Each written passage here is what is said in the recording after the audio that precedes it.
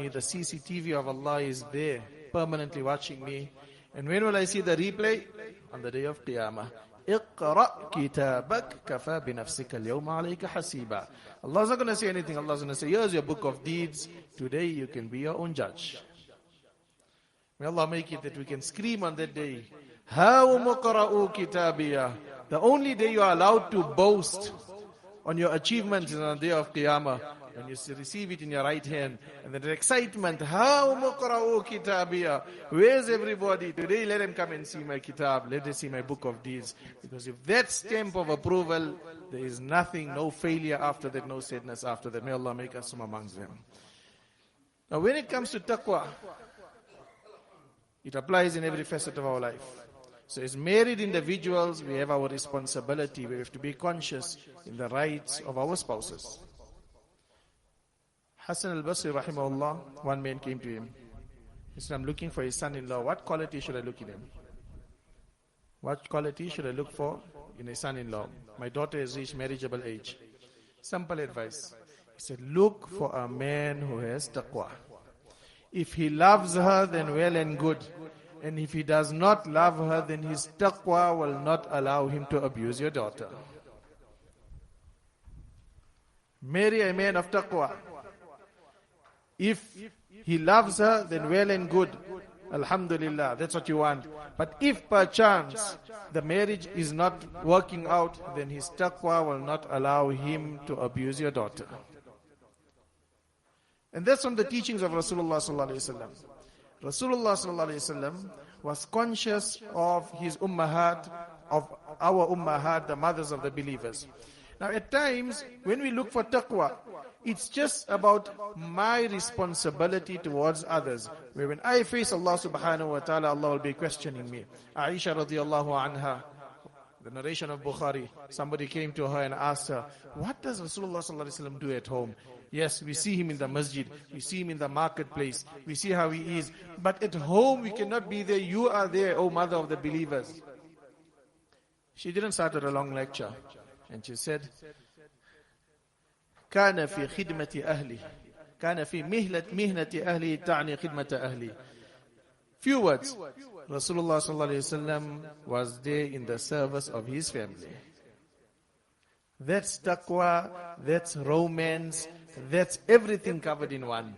We have it nowadays. Everyone is just, partners are complaining, spouses are fighting, the responsibilities, the roles are not shared out. Aisha radiallahu anha never had to come home. If there was anyone that could not do any domestic chores, was Rasulullah sallallahu alaihi wasallam, committed to the highest level. If the army is going out, he is the imam of the mujahideen. If there's salah taking place, he is the imam leading the salah. If there's any social need, he is there. Charity drive, he is there. If there's anyone that ought to be forgiven, it was Rasulullah sallallahu alaihi wasallam. But yet Aisha radiallahu anha says that at home he was a simple being who fulfilled the role as a spouse. And then in one hadith she goes on further and she says that he would remove the lice from his own clothes. Now those days the clothes were different, so from the lice would get stuck into it was wool, it was raw organic wool, which lice feed off. So he would make sure he comes home and he looks for the lice in his own clothes. He sweeps up and he cleans up after him. And that was the character of Rasulullah sallallahu alaihi wasallam. That is taqwa, trying to emulate the life of Rasulullah sallallahu alaihi wasallam. Now today we'll cover one hadith which will bring taqwa into our homes and the mercy of Allah subhanahu wa ta'ala, which we do not really go into. The narration of Abu Dawood. Abu Hurairah radiallahu anhu is the narrator. We all want the mercy of Allah at home. We want that calmness at home. There's too much tension at home. There's unnecessary bickering going on. There's no love. Everyone is just doing everything as a duty. There's no love from anywhere. And we're sensing this. So Rasulullah sallallahu alaihi wasallam gave one solution. He said, Rahimallahu mra'an. Let's think of it, when last did we do this as married people? Rahimallahu mra'an. The narration of Abu Dawood. May Allah have mercy on that individual. Qama min al-layl fa salla ma sha. He wakes up at night and then he performs Qiyamul Layl, Tahajjud Salah, only him and Allah. Then he realizes, how can I be connecting only to Allah? Then he goes, ثُمَّ أَيْقَظَ إِمْرَأَتَهُ. He goes and he wakes his wife up. فَإِنْ أَبَتْ. Rasulullah SAW, and if she refuses, not refuses like she's hesitant to wake up, نَضَحَ فِي وَجْهِهَا الْمَاءِ. He lovingly takes water and he sprinkles it on his face. Darling, let's wake up for tahajjud. See how the mercy of Allah will come down. Now here in this hadith, there's a beautiful part. Rasulullah SAW first said, that individual who wakes up, then he performs salah, then he goes and wakes up his wife. Try waking your wife up before you perform salah. If you want to become a shaheed, you try that. He goes and he leads first. He performs a salah, then he goes and he wakes his wife up. And then Rasulullah SAW said, Rahim Allahum ra'atan. May Allah have mercy on that woman, on that spouse. She wakes up in the night. What a beauty. Where's my spouse? She's missing. Oh, no. Maybe she's making seri. Let me go help her. No, she's on the musalla. Let me join her in worshipping Allah. She goes, she worships Allah at night. Then she comes. She tries to wake the husband up. The husband is hesitant to wake up. She lovingly takes water and she sprays it on the husband's face. Rasulullah ﷺ says, then the husband wakes up. This part is not in the hadith. Eventually the husband wakes up and you worship Allah together. Then see how your marriage will go in life. As much as we are spiritual beings, we are logical beings, we are romantic beings, we are emotional. Now in every other facet, when you go for therapy, you go for counseling, if it's not from the Quran and Sunnah, they're covering all those aspects, but the last one is, there's a void in it. So, when it comes to our relationship with our spouses, then all four of these branches have to be encapsulated, it has to be covered. So at times, too much logic in a marriage, too much emotions from a man or a woman doesn't work. Only romance, not focusing on any logic or any emotions, doesn't work. And if you have all three of these and there's no spirituality, then also that home will not work. Rasulullah ﷺ said, لا تجعلوا بيوتكم مقابر. Don't make your houses like a qabristan, dead. Nobody on his own will go to a qabristan unless you're going to go visit somebody. But nobody will say, okay, this weekend I'm just going to sit in a graveyard. No, it's eerie. There's an eerie feeling, comfortable feeling. There's only dead bodies here. It's only souls here. So Rasulullah ﷺ said, at times you'll experience the same feeling, that hollowness at home. And then Rasulullah ﷺ said, why?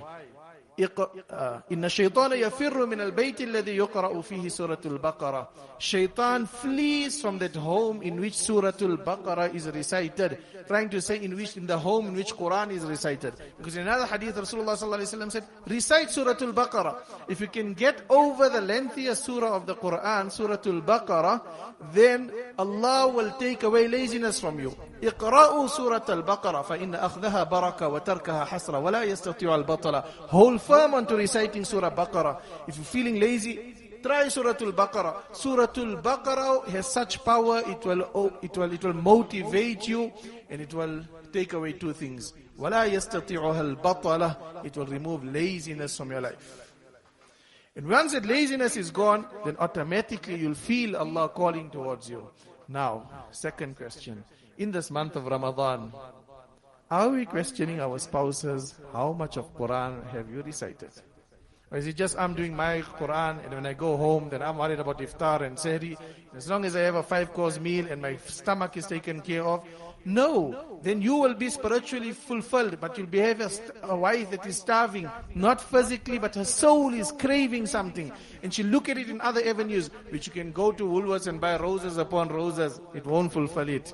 You have to recite the Quran together, open it, complete Surah Al-Baqarah, share out Surah Al-Baqarah. This one I can give like a guarantee on it. Share out the Surah Al-Baqarah. I'll recite 1.5 juz, you can recite 1 juz, take more, always take more. Recite 1.5 juz and then you give her 1 juz, and after that you will not understand how everything will just be going so smooth. You'll have the same tensions on your head. So may Allah subhanahu wa ta'ala give us the tawfiq to practice on these few advices given to us by Rasulullah sallallahu alaihi wasallam. And the last one is We just want to share one incident from the life of our mother Aisha radiallahu ta'ala anha.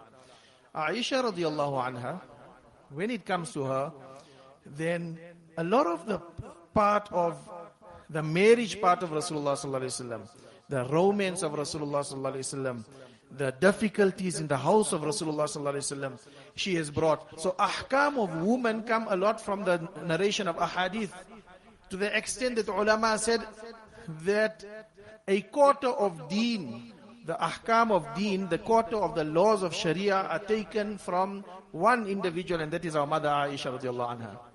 In the rubu' al-ahkam al-shar'iyya ukhidat min Aisha. This is a saying of Ibn Hajar rahimahullah, that a quarter of deen comes from the life of Rasulullah sallallahu alaihi wasallam. So Aisha radiallahu anha, when you look at her marriage, then it's like she's so elated over the Messenger sallallahu alaihi wasallam. If you have to see, then let's look at the material part. How much did Rasulullah sallallahu alaihi wasallam have to give to our mothers, his consorts? The one hadith, Ibn Majah, Aisha radiallahu anha says Rasulullah sallallahu alaihi wasallam would wake up for tahajjud and he would perform salah. When it was time for him to go to sajda, he would nudge my toes. I would then retract my feet so there was space for him to make sajda. How small is that room where there's not enough space for an individual to make sajda and for the spouse to stretch out their feet? That's a small room. The other hadith, Aisha radiallahu anha says, we saw one moon. ثُمَّ رَأَيْتُ الْهِلَالِ. We saw the next moon of the Islamic month, the crescent. We saw one crescent, then we saw the second one. That means 1 month has expired. And then we saw the third one. That means the second month has expired. We saw 3 crescents. And in the house of Rasulullah sallallahu alaihi wasallam, the fire was never lit to cook because there was no food to be cooked. What did you survive of? You survived of water and dates. And at times the Ansari Sahaba, they would send some food. So was there any materialism? Now we're not saying let's go to that extent.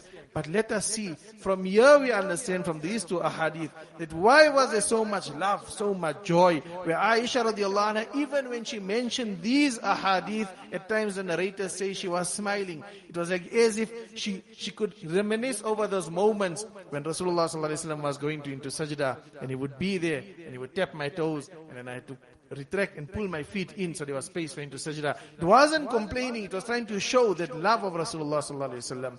So my dear brothers, in this Mubarak month, let us try and bring taqwa into our marriages. Everything else we're doing, the date night dinners, we know about it. We know about the roses, we know about everything in its place, But let us try and join in spirituality. Perform tahajjud together with our spouses, recite Quran together, and then there's a joy which cannot be explained. The ulama give the example of a mango. They say, an individual who never tasted a mango, you ask him, how is a mango tasting? He's like, no, it tastes like a watermelon. No, it's sweet, but not like a watermelon. Is it like a grape? No, it's not like a grape. You taste it for yourself, and then you be the judge for it. So when Allah gives that sweetness in our marriages through deen, then it's such that you cannot explain it. All you can tell is follow the methods in Sunnah given, and you'll see the joy and barakah Allah will bring into our homes. May Allah firstly give me the tawfiq. Subhanallah bihamdihi, subhanakallah wa bihamdihi, ashhadu an la ilaha illa anta, astaghfiruka wa atubu ilayk.